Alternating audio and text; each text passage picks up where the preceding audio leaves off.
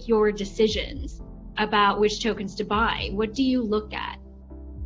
Utility, period, end of story, right? Is there an application? So I originally had some Bitcoin over the years and started building my position there, but as smart contracts started really becoming prevalent and I got more up to speed in NFTs back in January, I think, of this year, then I really flipped over and sold a bunch of my Bitcoin near the highs actually, and bought a boatload of Ethereum. And the guiding principle was just that there was utility with NFTs. And so as long as, and I looked at NFTs not as the end all be all. NFTs for the most part are just collectibles, but NFTs are proof of concept for smart contracts and how you can enable digital media using smart contracts into any number of different applications. And so that's what got me excited there. I invested in Polygon because, of the pricing, because, it's almost like Ethereum gas fees are like high shipping costs. There are certain products where it doesn't make sense to ship them because the shipping costs are just too expensive. And, so not all products are going to fit on Ethereum, and Polygon happened to be the L1, the L2 that really caught my attention again, months and months ago. And a lot has changed since then, but I'm still very committed to them. Beyond that, I really, I messed around early just because it was fun to learn on, speculating on tokens, but I really don't do that anymore. Unless there's an application like, I'm investing in this BCT and KlimaDAO, KLIMA simply because of its ability to capture carbon offsets and put them on chain and potentially burn them and increase the price of carbon offsets. And if you increase the price of carbon offsets, then you make it more valuable for businesses to create carbon offsets. If the Penn basketball team, wanted to offset their carbon usage, they could go buy BCT tokens. So that again is an example of application that creates value for a token. So those are the things that I look for when I make an investment now. Who in crypto do you think is the next Amazon? Hasn't happened yet. There's not a next Stripe, there's not a next Square, there's not a next Amazon.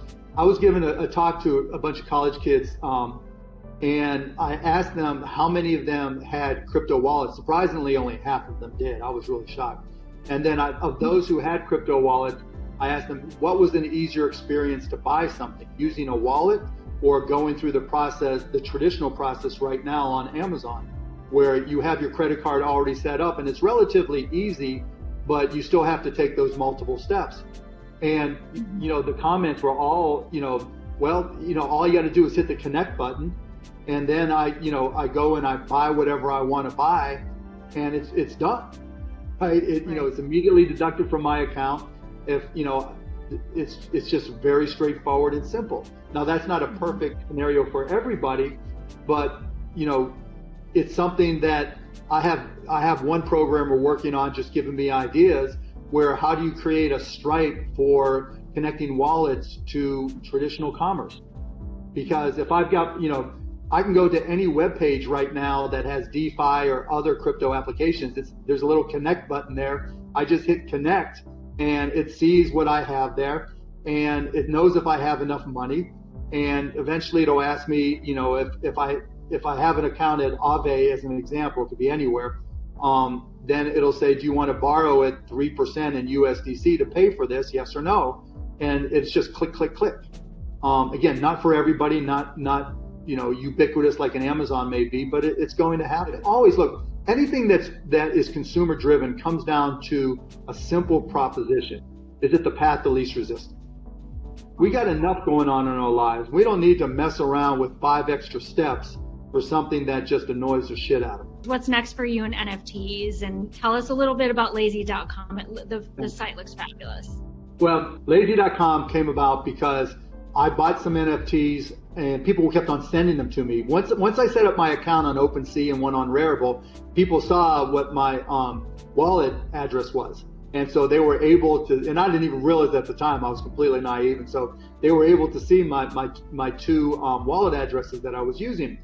And so they would just swamp me with NFTs. Some I had to burn because they were awful, but a lot of them I kept. And then I bought some. You know, when I buy NFTs, I'm not trying to buy the most expensive Bored Ape Yacht Club. I like going on Mintable or Rarible or OpenSea and looking for great art that I think is just collectible that I just wanted to own.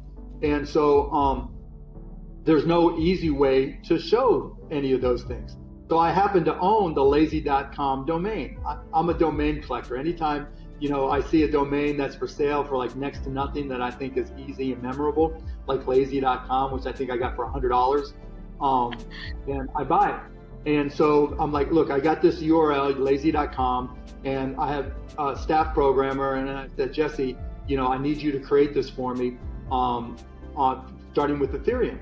Took them 3 days. No, it took 6 days in total. Including the base time. So in 6 days, we created lazy.com. And if you want to see my NFT collection, you can go to lazy.com/mcuban. You can see that it's really, really simple. And if you want to add your NFTs to it, all you have to do is just connect a wallet, pin the ones that you want to be seen first, and you're done. We added the ability to buy and sell, which gave us some revenue. And so the whole concept was now you have an easy URL to be able to put in your social media bio or to put in an email to send to somebody. It keeps on growing, and we keep on adding new blockchains. We added Polygon, Ethereum, Dapper Top Shots, Solana, and we're adding Avalanche next. And so we'll just keep on adding them because it's really straightforward and people love it.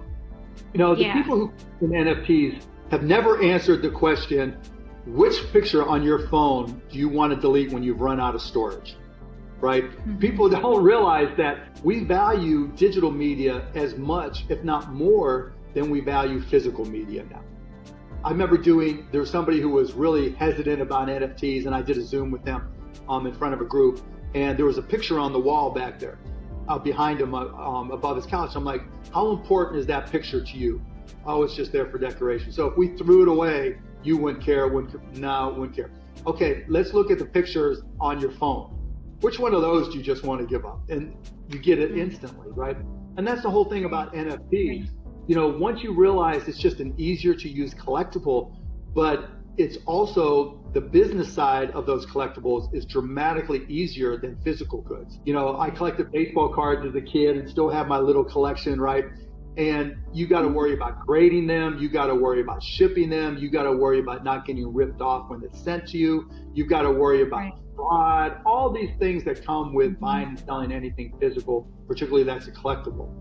I'm not saying there's no worries with NFTs, but it's a whole lot faster, quicker, simpler. It's the path of least resistance for collectibles.